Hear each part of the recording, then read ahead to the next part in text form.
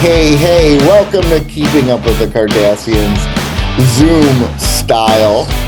I hope you have your TV turned into UHF Channel 4, because that's where I'm on today. This is Nick. This is Rob. This is Joe. And this is a weird episode today, because we're from home and we don't have our background music playing. Even though you're hearing the background music, we don't hear it. And it's uncomfortable. Would you agree? It's a lot quieter. It could have something to do with the fact we all woke up like 5 minutes ago. Right? Yeah, I don't like these episodes. Yeah, they're weird. Like this episode, the church episode. Yeah, where you feel like you have to whisper the whole time. Well, no, it's just there's no. The church episode, we had no headphones either. Oh, that's part of it. Yeah, that was super weird. The headphone free is a weird thing. Yeah, exactly. You get so used to that. But anyways, welcome everyone. This is a special episode today. Today is a big day. We're celebrating Festivus for the rest of us. I got a lot of problems with you people. This is Joe's dream. We're going to celebrate Festivus together. We got some other things we want to talk about. So we're going to talk about the Seinfeld episode of Festivus, but we're also going to work our way through some other news, in particular, the Superman trailer. Not Superman Legacy anymore, just Superman. So we're going to work our way through that trailer. So let's do it. Where do we start? Superman trailer. I mean, but that's where we got to start. You got to start with the Superman trailer. It's going to take Superman trailer. I mean, after we talk Superman trailer, it's going to take me a minute to collect myself. I get you. You know what's so funny is like when I've seen the images of the like that he's released so far and everything, I'm like, not that I'm not excited about it, but like I wasn't. It's a take it or leave it. And now that I've seen the trailer, I'm like, no, I gotta see this on opening. It's a take it. It's a take it and like it, right? I will take it, James Gunn. Oh my God! Refresh my memory. When did he drop the Legacy moniker? It was a while ago. Okay. Was it? Yeah, it was quite a while ago. See, I didn't know that. See, neither did I. I didn't realize it. And he said the reason why they did that is because him and like a lot of the people were sitting down talking about the movie, and they're like, what if this movie is a flop and we call it Superman Legacy? Like that reflects on the rest of the Supermans. And he's like, we don't want that. But then they also said like the whole point of their movie is they're looking forward to the future of Superman, not the past. So to talk about legacy kind of reflects on the past of Superman rather than the future. So that's kind of why they dropped it. I'm a fan of them dropping that. Yeah, me too. It's Superman. And after seeing the trailer, like, I don't know, there's something about the name and then having some sort of additional naming convention after it. Yeah. That bothers me, especially in the first film of a potential series, right? Yeah. Well, and that's what I wonder. Like, so you have like the Christopher Reeve Superman from the 70s, like, and that's just titled Superman, right? And the Superman 2 had like a moniker underneath it, Superman 3 did. But I wonder, like, how does that work with naming rights, right? Now you have two Superman movies. You have one from the 70s and then one from 2025. Like, how does that work? Or do they There's been a number of movies with the same title. Irresistible has been one. And there's just, I don't know how the trademark works, but it's just different entities, so maybe they're able to scoop by it like that. Yeah. Oh. Was the first Superman movie just called? Wasn't it called the Superman movie? Maybe. Let me find out. Christopher Reeves, or Superman the movie. I think you're right. I think it was Superman the movie. Now that you mentioned that, I'm gonna try to find out exactly what it was called while we're sitting here. But I think you're right. Oh my gosh, his Wikipedia page is long. No, it was just called Superman. Really? I didn't realize that was only his second movie he had ever been in. Christopher Reeve? Yeah. Was he a TV show guy before that? Let me see. He was in a movie, like there was one other movie, like two movies were released that year, Gray Lady Down and then Superman. and that was 78. No, that was his start. Yeah, I'm because he surprised didn't by go that on the too. television until 85. Oh So, wow, yeah. His second at bat, home run. He's gonna oh, ride wait, that. wait, wait, wait. I lied. I lied. I'm That sorry. that tracks. Television series. He was on a series called Love of Life. He was a series regular. Yeah, yeah. Which Love of Life looks like it was like a soap opera. I don't know. Anyways, so there you I've go. never heard of that show. Never heard of Nope. it. Never heard of it. Probably sucked. I don't know. So, anyways, trailer. What stood out to you, gentlemen, the most? Well, I mean, what stood out the most and what really sold me on the trailer is the scene where he zooms in and grabs the kid, and from whatever's exploding behind the kid, and even protects its head, and his Yeah, hair even moves with the yeah, explosion, yeah. That's a great shot. and the color that's present, which is rare in superhero movies these days. Yeah, It's how just a very bright. colorful and vibrant shooting style. But that Yeah, scene right there sold me yeah. right off the bat. Well, and then you got the little kid raising the flag a little bit later, the Superman flag for hope, right? Like it's weird how they nailed the tone of Superman, like the hope that he presents in just that small little trailer. Man, that kid's gonna be pissed when he doesn't show up. I'm Yeah, screwed. I'm screwed.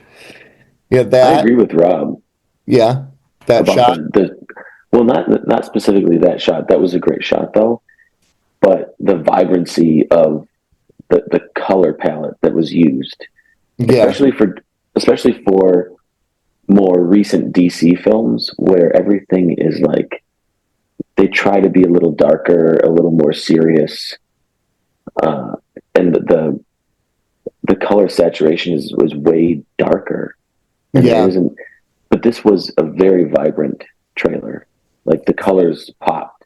It looked it looked hopeful. Like if it visually it looked hopeful. Like because it looked like a brand.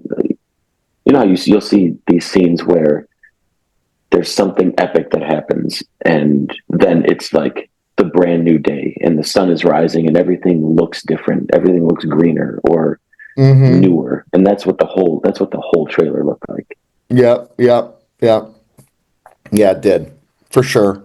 The color palette was great. The cinematography was really good. Like you said, Rob, that shot of him saving the kid was great.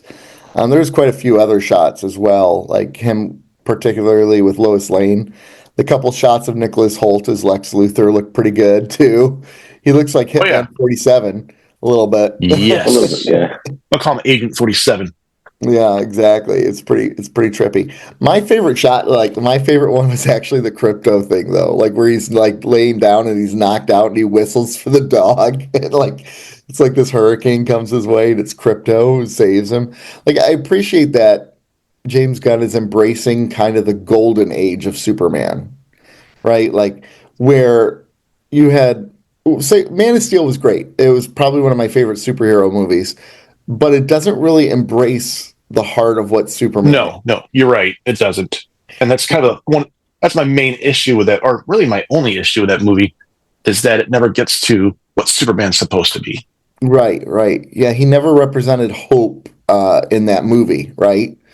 Um, he was more of like Batman pretending to be Superman, like in a lot of ways, like because he was kind of depressed and angry most of the movie, and I don't know, but I always viewed Man of Steel as like he was trying to figure it out on the yeah, fly because yeah, it just kind of you got seems like he got thrust into things in that yeah. movie. So I was like, all right, he's just trying to figure things out. And I always thought the second movie would be him getting to that help, and obviously we didn't get that with Batman vs Superman, but No, not at all, not even close. Mm.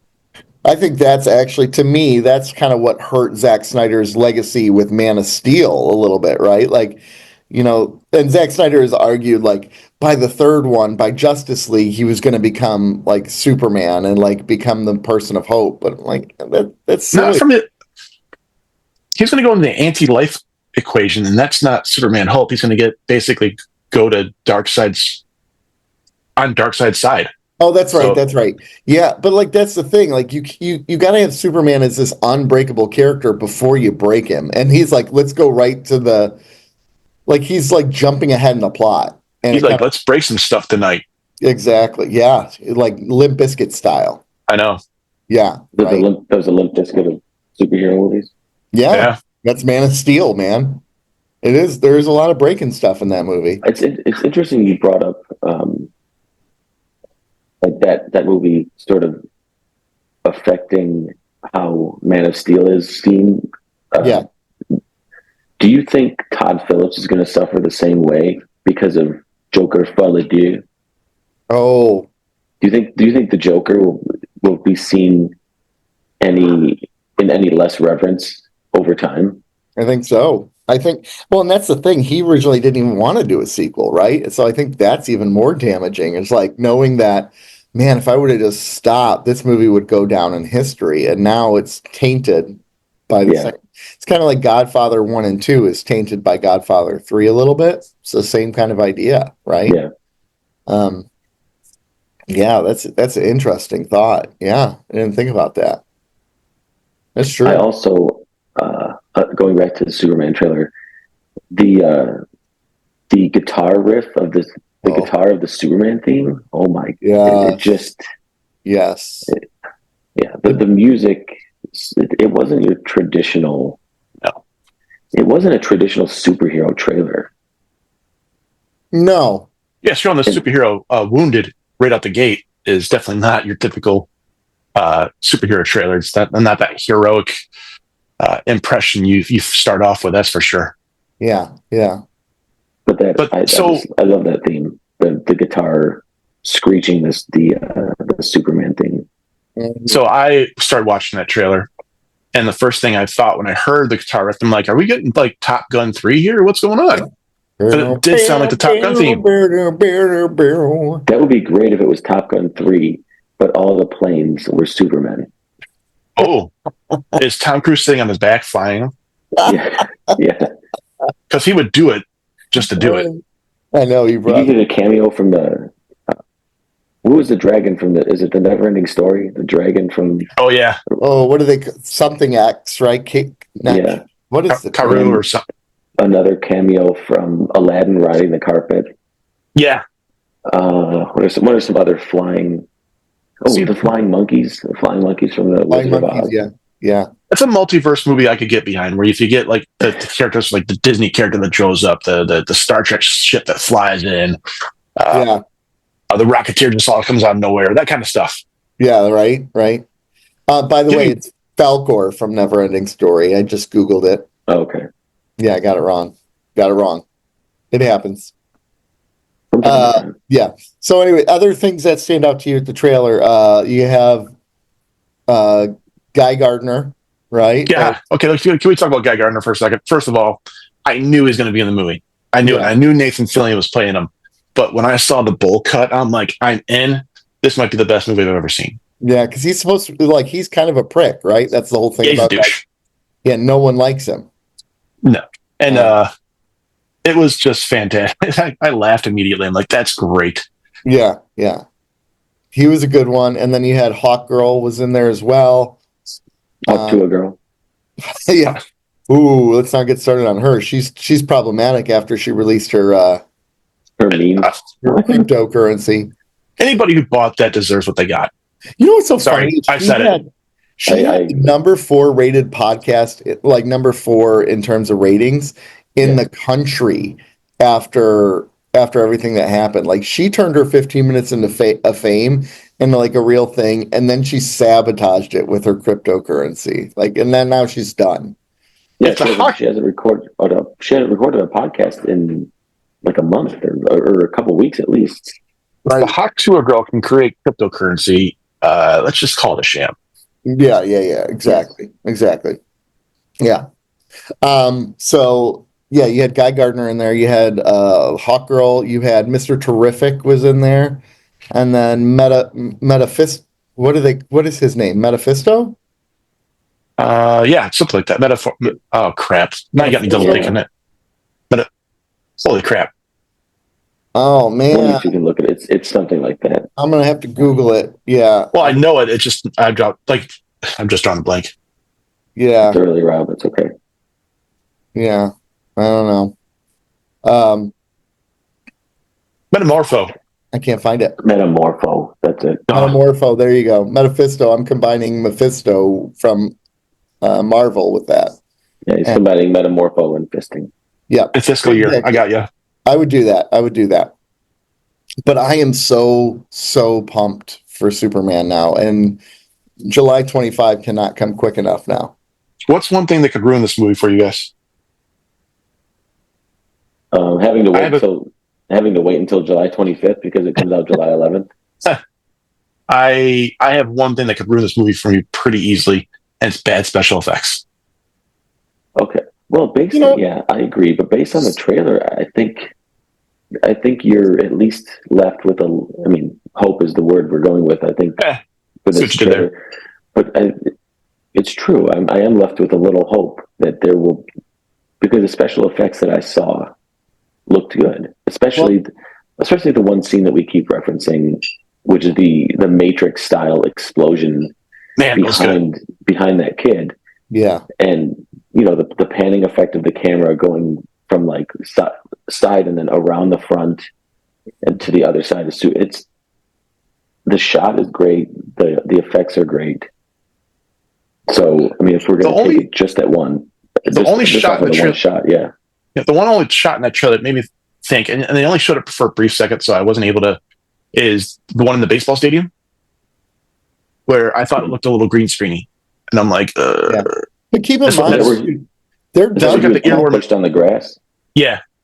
I think you got to keep in mind too, they're done with all filming, so they have 7 months to work on the rest of, like, this isn't where they give them 3 months to throw it together. They have a lot of time to make one thing I like what Gunn said was he's acknowledged that some of the special effects in movies have been awful lately, and that's why they're trying to give those artists plenty of time. So I've had a lot of movies ruined for me for the bad special effects, so I'm just hoping, Joe, that they get this right. Yeah, I get you. Yeah. Oh gosh, what else? Oh, so I like his disguise as Clark Kent. Yeah, definitely sells it. Who was I talking to? I was talking with someone the other day, and they said that this is the first time where you go, "Oh my gosh, Superman and Clark Kent are different people." Because I would say that they did a great job with Christopher Reeve doing that. Well, yeah, because his whole stature changed. Yeah. But like Christopher Reeves was like, he removes the glasses and they're like, oh, it's Superman, right? Like, I will say David Corenswet kind of nails the look of like a bumbling fool, like with his mop head hair and all that. Like, I think it looks pretty good. Yeah. Oh, yeah. Yeah. I'm excited. I'm pumped. I have 2 questions from you that came from this trailer. One question and one statement. I watched it with my daughter, and she said David Corenswet's way more attractive than Henry Cavill. Discuss. They're different kinds of attractive. No, I think she's out of her mind. I think that was an irresponsible statement. That is irresponsible. I don't know. I think they're different kinds of attractive. I don't think you can judge them one to the other. Have you seen Henry Cavill's face? I have seen Henry Cavill's face. He's a beautiful man. Yes. Handsome gentleman. Yeah. Yeah. And The Witcher in his hot tub scenes. Woo-hoo! Irresponsible statement by my daughter. I have disowned her. That's silly talk. That's nonsense. I mean, I think Henry Cavill is more attractive, don't get me wrong, but I don't think it's a necessarily absurd statement, depending on what you're looking for. No, I think it's absurd. Yeah, it's absurd. It's ridiculous. It's absurd. No, it's just wrong. 734-494-0980. There you go. We need your comments. Any other stuff you want to add from the Superman trailer? Yeah, I got 2 things real quick. Did you hear on the internet people are complaining about the fit of the suit? I think it looked good. I thought it looked good too, but maybe because it's not like skin tight. Yeah. Is it too? Well, kids are wearing their clothes baggy nowadays, so. Yeah. It's you got a suit from Duluth. No, if he did, it would be nice and snug and fit perfectly. Everything would fit where it needs to be. Right. All right. So controversial statement, I think, for the mask. I was listening to the music, and then Nick, you sent the score part from it later. Yeah. and I'm listening to it, and I still stand by that Hans Zimmer's theme for Superman is better than John Williams. Yeah, you released that controversial take on behalf of us all, and You're welcome. that's problematic. No, it's not. I'm I sorry. think it is. I love the Man of Steel Superman theme, but there's something about John Williams, like the one, like I don't think the wonder is there with Hans Zimmer's score. See, That's I like, disagree. I think there's just a lot of grandeur to it, and I think the wonder and the optimism is just all over that theme. hmm, I think it's just sprayed all over it.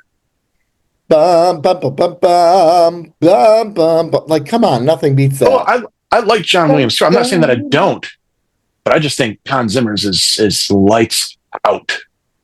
You know, I think Hans Zimmer is dependent upon the version of Superman, though, too. I don't think you could put Hans Zimmer theme with this Superman that James Gunn is doing. I'm not. I, listen to where I know you have, but what are you going to do when you're not saving the world? I think it fits great because I think it screams optimism. I think it doesn't fit Man of Steel in certain ways. How great that tone is. Yeah. Well, I think Hans Zimmer was perfect for Man of Steel yeah. because as we've discussed, that's not your traditional Superman movie. It's a little different. It's a little. It's not as hopeful. It's not as optimistic, Mm-hmm. and I think that's reflected in Hans Zimmer's score. I think there's some truth to that. Yeah. I think it met. I think kind of what Nick said is like you couldn't swap them out. Like you couldn't swap Zimmer's the music Zimmer did for Man of Steel wouldn't work in this Superman or any other Superman. It was the right film for that score. I think I think I would take Williams just because there is more whimsy, for lack of a better term. Like Mhm. there just is. But Zimmer, like if I'm watching Man of Steel, like Zimmer enhances that film. Yeah. I Yeah. agree with that wholeheartedly. Yeah. Oh my gosh, the soundtrack does. But even like I was thinking about it just now, I don't think you can take John Williams' score and put it against in Man of Steel. No, that's what I'm saying. Because You can't that's swap such them a out. different version of Superman and it stands on its own. And I think that's also the same thing with the soundtrack for it. I don't think it really reflects any other Superman. It reflects Henry Cavill as Superman, but that's it. And I still love the score, and it's one of my favorite scores out there. In fact, I think that's actually his top score in my opinion with all the Hans Zimmer ones, even over Interstellar and over whatchamacallit, Inception. Inception. Yeah, yeah. Mm. I think Man of Steel is better than them. Hans Zimmer has quite the resume. Yeah, he Yes, it does. does. Yeah, he does. Yeah, he does. Yep. Yes, Pretty sir. decent in his job.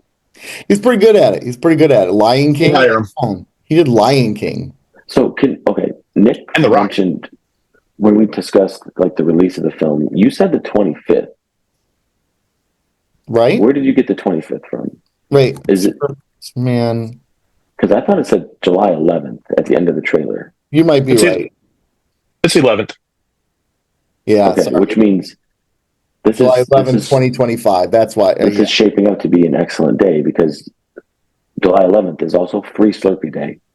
Oh, We can take the Slurpees to the show. oh my gosh! It's like Barbenheimer all over again. Slurping Man. Yeah. Slurpee Man. Yeah. Oh my gosh, it's going to be awesome. It's going to be awesome. And I think this one stands to probably be released on that date. I don't see it getting delayed. Like again, they're already done with filming. They're done with principal photography. Like, I don't think there's any way this isn't getting released on July 11th, unless there's major competition around that era, that time that they're worried about. Let me see what we got. Superman Legacy on July 11th. Jurassic World Rebirth around the beginning of July, and a musical film directed by Matt Stone and Trey Parker on July 4th. That's a musical I'd watch. Is it Wow. Coming Fantastic out on the Four in 4th of June? July. I think Fantastic Four is June. Yes. Yes. But Jurassic World is coming out on July 2nd. The Matt Stone and Trey Parker one is July 4th. Superman is July 11th. Then you have Smurfs the Musical July 18th. Yikes. Ooh, Fantastic Four is July 25th. That's what it was. Okay. Ooh, that's going to be a weird box office then. I So think Superman has Superman's going 2 to make a weeks to make its bazillion dollars. impact. I hope so. Superman's The going to theaters make, could use it. yeah, it's going to make a gazillion dollars. There's absolute dog shit coming out before and after it. I'm saying I don't based think- off of that trailer, 200 million is my prediction for the opening weekend. I want to say slightly north of that. I'm going to say 225. I'm taking the under just because Yeah, that What makes is this? The Price is Right? Rob, that's $1. I bet $1. $1. $1. All right, gentlemen, with all that said, shall we move on to Festivus? For the rest of us, Yes. Festivus for the rest of us. Joe, why don't you give us the recap of this episode actually this time? Oh my God. Well, I'm going to recap it by memory. are you gonna just reenact it? I think this is, let me look. It's actually playing in the background right now. It's the 10th episode of season 9, the final season, which the final season of Seinfeld is very spotty. But it's the 10th episode. It's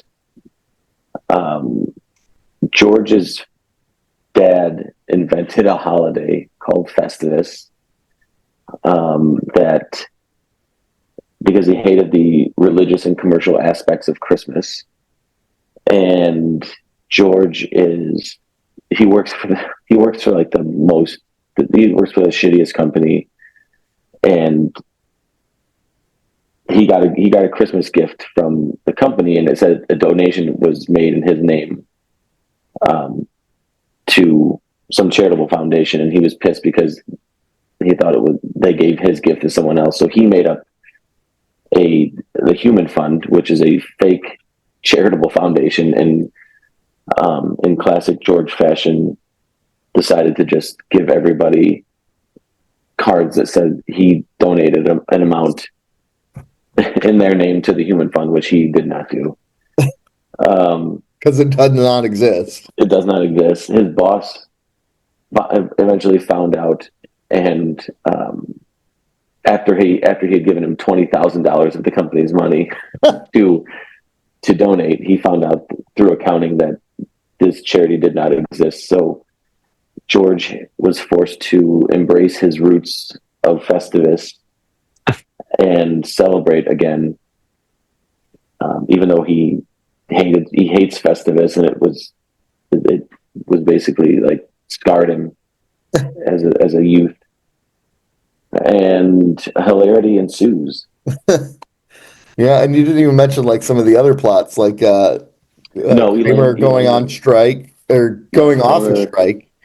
Yes, Kramer going back to work at the bagel company after going back to work at H&H Bagels. They've been on strike for 12 years. 12 years. George, Yeah. Then you have And then George, Elaine's storyline is she's trying to earn a free sub at Atomic Subs because she's eaten 23. 23 Yeah. 24 23 or 24 of the shitty subs, and the 25th one is a free sub. Yeah. So Yeah. but she gave out a fake phone number to a guy at Tim Watley, Bryan Cranston's Hanukkah party, but she gave it out on the back of her Atomic Sub card. So now she has to try to get her Atomic Sub card back from this guy. And there's that. So Jerry dating the woman who, depending on the light, was attractive or Yes. not attractive. she's a two-face. She's a two-face. She's a two-face. It's a Batman villain? He's like, if that helps you. It does. It does. It does. All right. So there's a lot of individual storylines here that eventually tie in at one point or another. Yeah. Which is kind of the Seinfeld way. Right. To bring it all together right at the end, kind of a thing. Yeah, in a way. Now, seasons, I think 7, 8, and 9 are after Larry David left. So seasons 1 through 6, I believe, or it might be 7. I believe it's 6.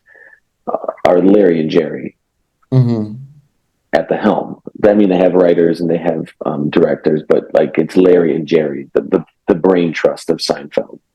Yeah. And these storylines in those seasons that kind of weave in and out of one another, that become kind of the DNA of Seinfeld,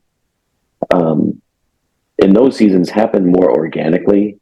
Yeah. Whereas after Larry David left,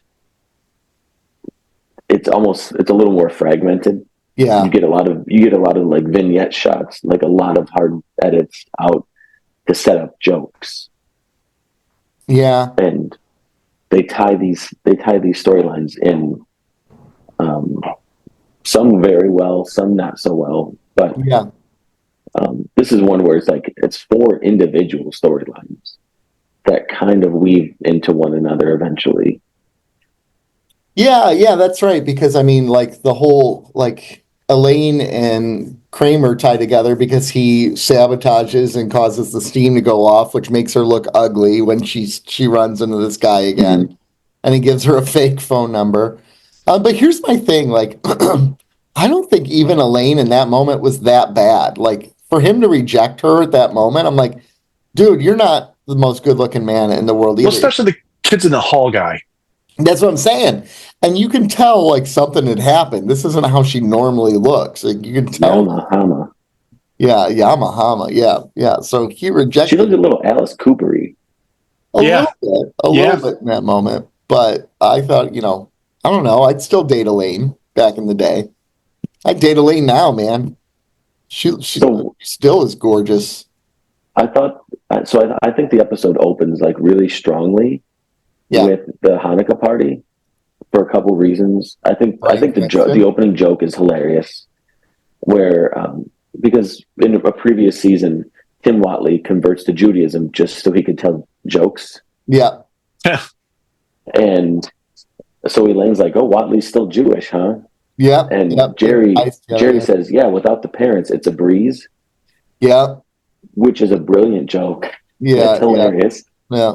But I mean, I also love that because Jerry Seinfeld is Jewish, and so is Larry David. And so throughout the entirety of Seinfeld, they weave that into the storylines pretty effortlessly. Yeah. It's not an inherently Christian show, and it's not an inherently Jewish show. No. It doesn't really have any sort of religious affiliation because, I mean, Kramer has played Santa. They've had Christmas episodes before. Yeah. They reference Judaism all the time. They reference Jewish cuisine. They reference Jewish culture. They reference all sorts of stuff. And I think it's pretty brilliant the way that they are able to do the way they were able to do it without it feeling, I mean, for lack of a better, without it feeling Jewish. It doesn't feel like a Jewish show. It just feels like a comedy show. Yeah. See, I would argue it does feel like a Jewish show, like to me, because like a lot of the lines they would say in this one, or a lot of the words they would use are inherently Jewish phrases and Jewish cultural things. Are you talking about this episode specifically? Yeah, this one. I mean, obviously, okay, yeah. I can certainly see that. Yeah, but also like just in general. But I would argue actually that speaks to the strength of the show because it makes it. Like, how many shows do we have that are like Jewish comedies that are like accessible to everyone? Not really any. So I think that speaks to the strength of the show that they can make Jewish culture so relatable that it's easy to be like, well, it's not anything special. It's just part. Coincidentally, I think the only other one is probably Curb Your Enthusiasm. Right. Which Exactly. is Larry with Larry David. Yeah. But I think starting off an episode with Bryan Cranston, he knocks it out of the park. He's such a great character in that, playing the Yeah. dentist. Like I love him so much. And he comes across as such a douche as well. And Yes. like that scene where he sees his girlfriend and makes makes the face or whatever. Have you seen the outtakes of that? Yes. Oh my gosh, the outtakes of that are hilarious. They had to do so many different takes because Bryan Cranston was making like great faces, and it would always make Jerry break in that scene. But yeah, that was solid. Jerry Stiller. Yeah, How good is he? That's what Jer- I watching the episode. I'm just watching, and I'm just thinking, Jerry Stiller is just so good. he is. He really is. He's incredible. Like he wasn't the original cast as Frank Costanza. No, No, they originally casted, I forget the guy's name, but um, I think the name of the episode was the wheelchair. It's a handicap spot in season 4. I think was the first episode that Frank Costanza was in, and it was a completely different guy. His mom was still the same, but it was a completely different guy, yeah. and it was a completely different take on Frank Costanza, really, and I don't remember that. yeah, John Randolph. John Randolph, yeah. Yeah, I have all the seasons on DVD, and you can watch that episode either way. yeah. But because they recast it, and then they refilmed that scene Oh, they with Jerry refilmed Stiller. it? Yeah, because now in syndication it has Jerry Stiller, so Oh, it's completely eradicated. I mean, Oh, Jerry's dad. It's funny because Jerry's dad was a different guy too, yeah. I didn't know that. but they never went. I think it was like the first 2 seasons. Yeah, Season 1 and 2, I think, but they never recast, or they recast them, but they never went and refilmed those scenes. So in the chronology, like Jerry has 2 different dads, yeah, yeah. but Jerry Stiller is incredible in this episode, but also over the course of the entire show. Right. Well, I was just reading too that John Randolph, the reason they recast him is he was too gentle. I mean, like, Yeah, there's no way George Costanza's dad would be this gentle. George doesn't get this way on his own. Like, he no, needs crappy parents. And here you go. Here's his dad, like, having him wrestle him for feats of strength. It's so great. Oh man, so great. I do like Kramer's story about how he was on strike for 12 years. Oh, you went sideways. Oh, there you go. He went on strike for 12 years, and he's like, we didn't even know. He's like, well, I didn't want to tell you I didn't work. That's embarrassing. He's like 12 years without a job. it's so many good jokes in there.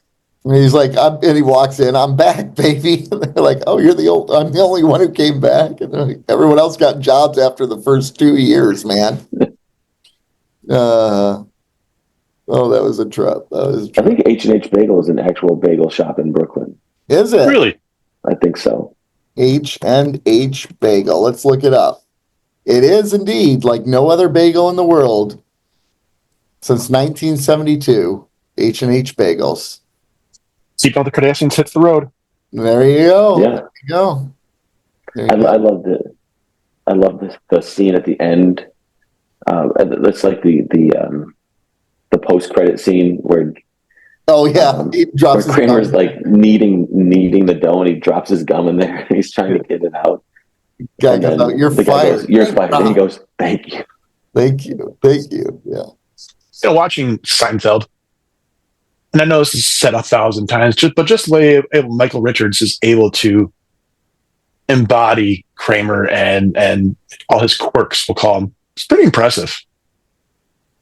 Well, I would agree, like, I think that's the case with all the characters. Like, no one else could have played George Costanza. No one else could have played Cosmo Kramer. Like, Jerry is the weakest of all of them by far. And Elaine's solid too, but like I think that's what makes it such a good ensemble comedy. Like, who else? Like, these people embodied the characters. Um, and just like having Cosmo like laying on the couch reading the VCR instructions, and like he gives him a hard time, and he's like, not all of us are. I don't know. He said something about like Yeah, read. we can't all be reading the classics. Yeah, we can't all be reading the classics, Jerry. Like it's freaking hilarious. Like to me, he's always like. There's not been one episode with Kramer in it where he's made the episode worse to me. Like he always brings more to the No, episode than he takes away. There's no Ted Mosby. Yeah, right. Yeah. early seasons, early season Kramer. He's not as like Zany. zany, Yeah. but he's still kind of like this off the beaten path neighbor who doesn't bring the same energy like Yeah. seasons one and most of season two. Yeah. But you can see him getting there. Like, but once he gets there, it's like season three. Once he's there, Yeah. I mean, he and he. It's funny because I think Jason Alexander and Michael Richards. I just looked this up like a month or two ago. They only won like one or two Emmys, like Really? total. I think. I don't know that Jason Alexander. No, I don't think Jason Alexander ever won an Emmy, and I think Michael Richards won two. Okay.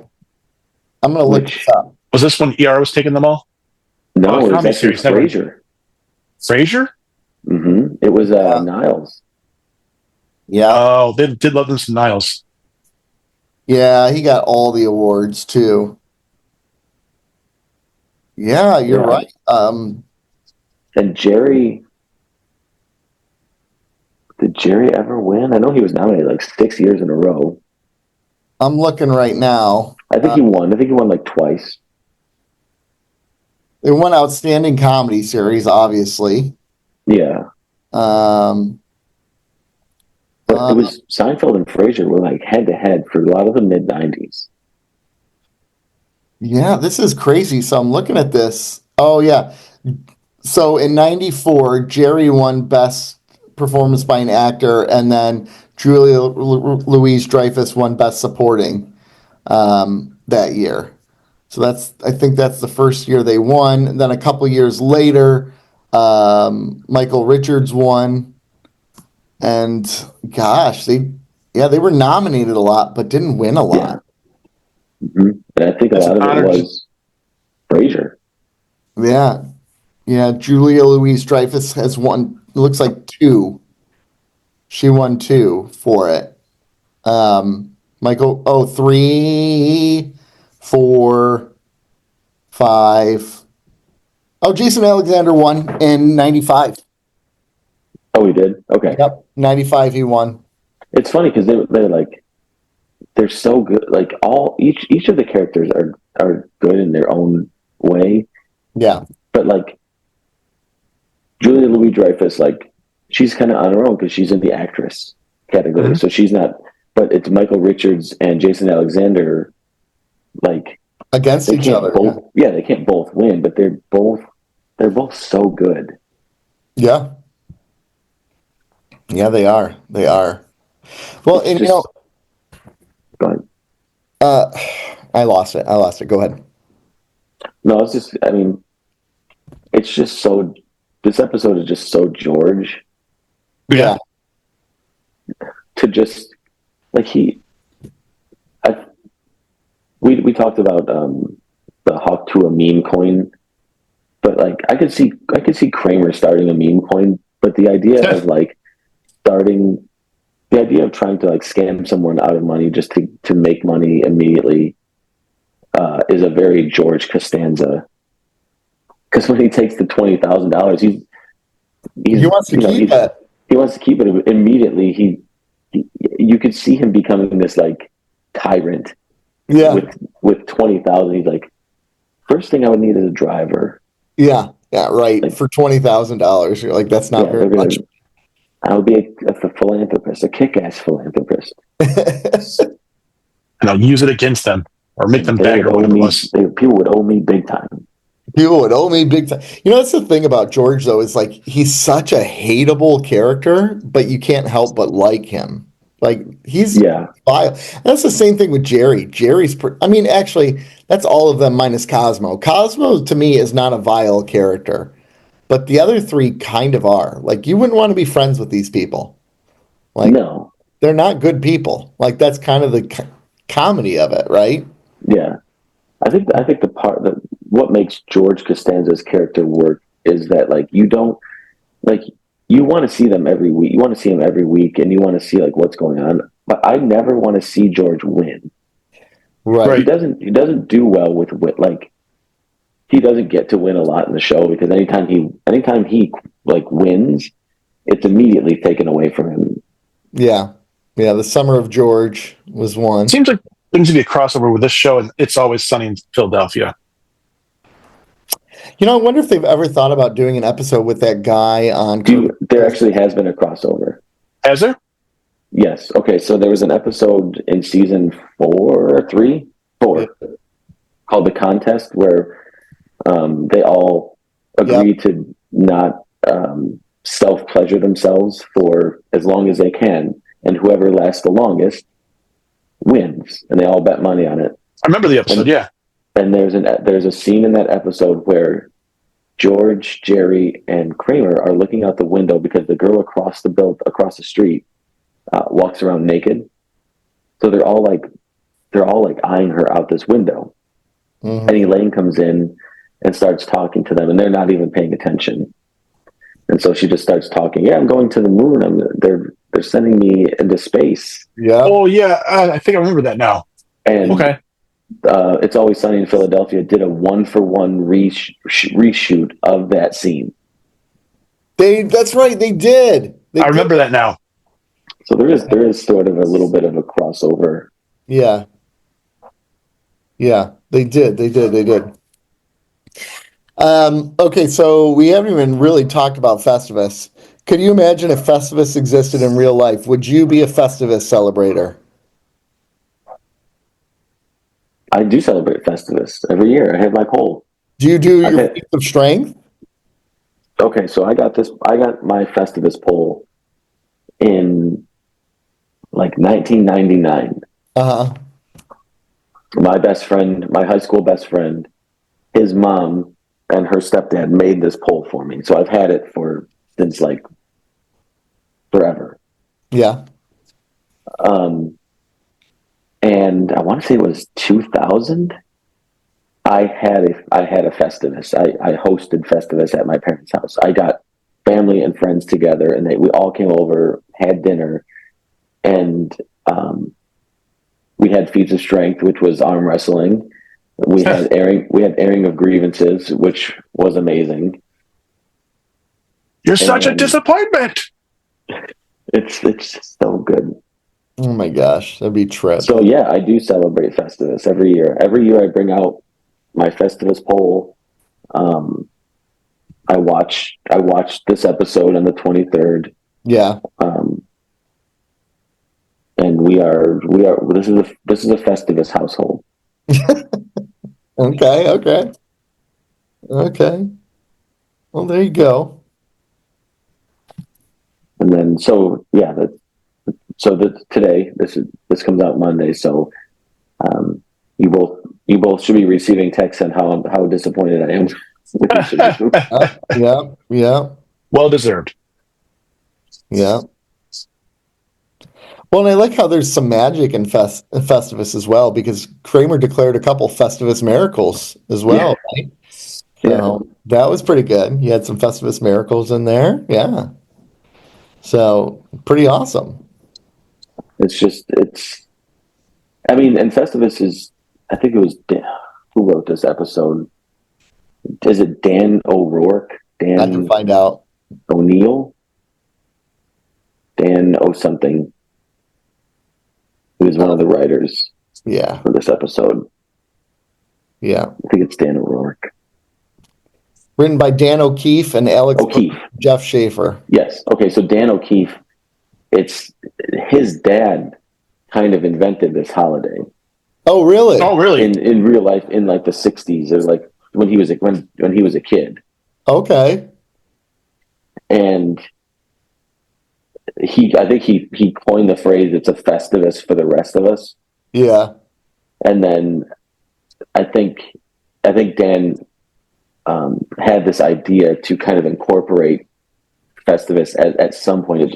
I think he just said it felt like a Jerry Stiller thing, Uh-huh. Oh, and this was the opportunity. And so it's Dan O'Keefe's idea that led to this episode. nice. Well, that's a trip. Yeah. So Festivus technically is real. Well, okay then. Okay then. I don't I know. like I would love the idea of airing of grievances. Just sitting around a table, everyone like chewing each other out about all the things they've wronged him on. the Festivus scene, the Festivus dinner at the Costanza's house is just, it's such an all-time great scene.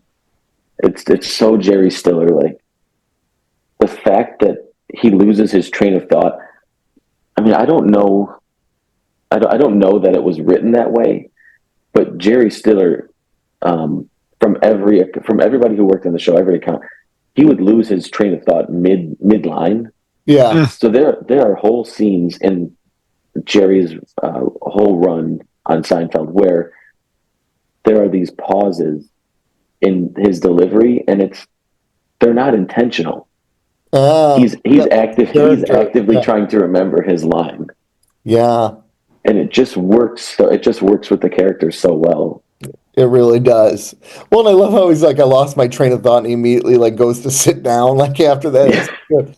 And then Kramer has to leave because the strike was off because he had to use the yeah. bathroom. He's got a double shift. That's Oh, I great. forgot.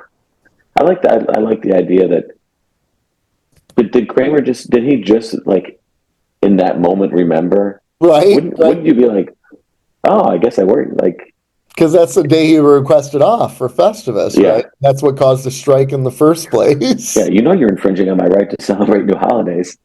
I do I do love how like he gets like when he gets hired, he's like, yeah, I guess I do need some help in the holidays. And like 2 minutes later, he's like, hey, I need the 23rd off. It's like, Yeah, I hired you for the holidays. It's such a Kramer thing to do. Yeah, that's so Kramer. That is so Kramer. I will tell you, like, what's so funny about this episode? For it being a Festivus episode, it's not much. Like, No, not much at all. there's a talk of it where George would freak out and run out of the room, right? You're maybe like 4 to 5 minutes of the episode is actual Festivus stuff, yeah. right? I mean, they talk about it. There's the Festivus dinner scene, but then you have the scene where Frank drags in the pole into the coffee shop Yep, and plays the homemade audio tape. yep, yeah. Oh, yeah, Okay, when he plays there's a couple times where you get a glimpse into George's childhood, and I like it just seems there's no other way George is going to come out as an adult Yeah, right. for sure. other than the way he is. It's like that's how you make supervillains right there, right? Like, Yeah, poor guy, he had no choice to become what he was. but I mean the actual episode name is The Strike, so Yeah, the episode is kind of, I guess, Yeah, maybe according to the writers, the A plot was supposed to be like Kramer goes back to work, but it doesn't seem like there is an A plot. It just seems like there's four, I would say three plots that really, I think I think the Jerry plot is the weakest. yeah, yes, agreed. yeah, I think the other three plots weave into one another pretty well. yeah. And it just, I mean, parts of Jerry's storyline are funny, but I feel like his is by far the weakest. Agreed. Yeah, agreed. Yeah, what's so funny is like if I were to rank the storylines, right, like out of tens, like Jerry's is like a 3 out of 10, right? Yeah. Uh, Elaine's not much better, honestly. No. 4 out of 10. The Festivus is like the 10 out of 10, and then Kramer's is like a 7 out of 10 to me, right? Yeah. So overall, like if I had to give this episode a ranking, I think I'm like a 6 or 7 out of 10. And that's because as a whole, it's The not, averages. yeah, it Yeah. averages out, right? But how everything comes together is pretty amazing. But you're I right, like agree. there is a major difference in quality in see the later seasons compared to some of the earlier ones. And I guess I didn't really notice it because, like normally when I watch Seinfeld, I kind of go right through from the beginning to the end, right? And so it all kind Mhm. of leads together. But when you watch the episodes separately outside of it, you can see the lack of Larry David in an episode like this. Yeah. Yeah.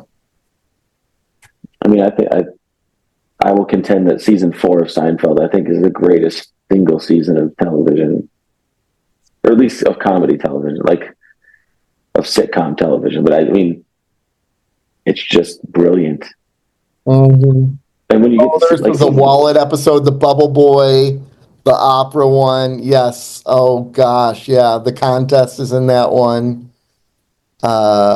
Oh my gosh, yeah. There's some good ones in that I think one. the outing in season The 4. outing is in that one. The junior mints and the surgery. Yeah. The handicap spot where. Yeah. Yep. Yep. Oh, and the pilot as well when they're Yeah. watching their show. Yep. It's so, and yeah, season 9 is, like I said, it's very spotty. Um, it has probably, I mean, it has some of the worst episodes of Seinfeld in it. Oh, Yeah. Yeah. Um, but then it has this episode and the dealership, which I think is the next episode. Yep. That's another classic episode. Um, so yeah, I mean, I don't know. It's my favorite show of all time. I'm never not watching Seinfeld. Yeah. That's me with Scrubs. Oh, that's unfortunate. I'm kidding. it's me with Community lately. Community. That's right. Parks and Rec was my one for that. The Office, and then right now Brooklyn Nine-Nine is something I'm watching a lot of. So So is that what you're watching right now? That's kind of like vintage TV or like classic TV. That's not that's yeah, not that's new. correct. Tell me that's Yeah, not. yeah. I Very told you good guys stuff. what I've been watching lately, didn't I? I tell you guys Little House Refresh on the me. Prairie. Oh, yes. Little House Yesterday in on the the Prairie. text. Yep, yep. That's classic TV right there. They don't they don't make television like that anymore.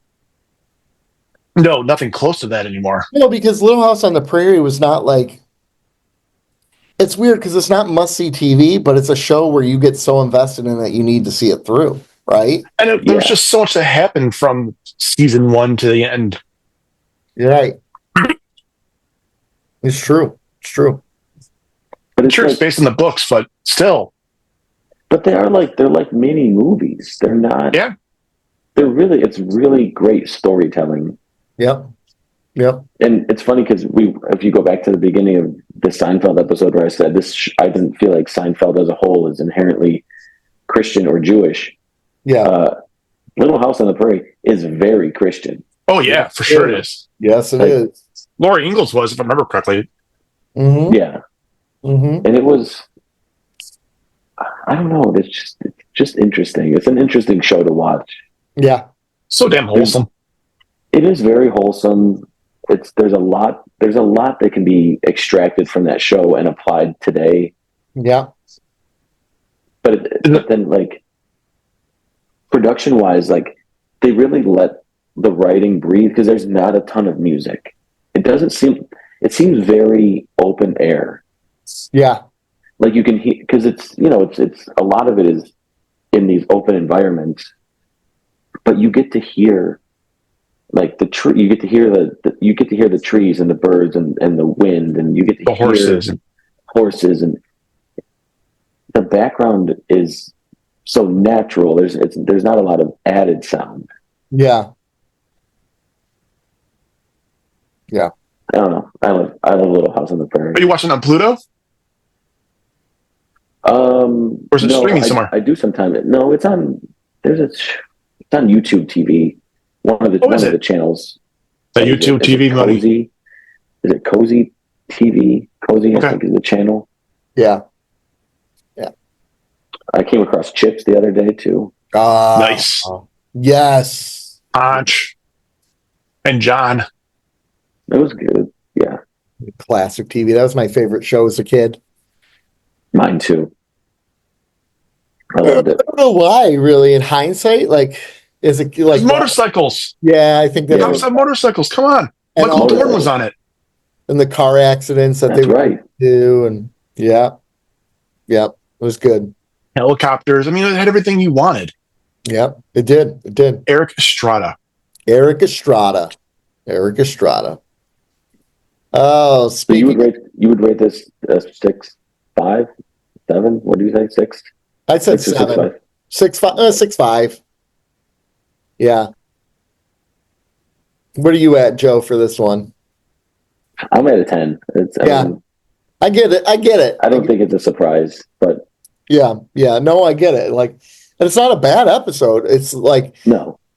and part of it is like the expectation that Festivus will be more of the episode, and it's really not, right? Which Yeah. actually, if you had it in more of the episode, that would probably actually detract from it, right? It would hurt like the aura of Festivus. At least a little bit of mystery to Festivus because you only got 2 Right. defeats of strength.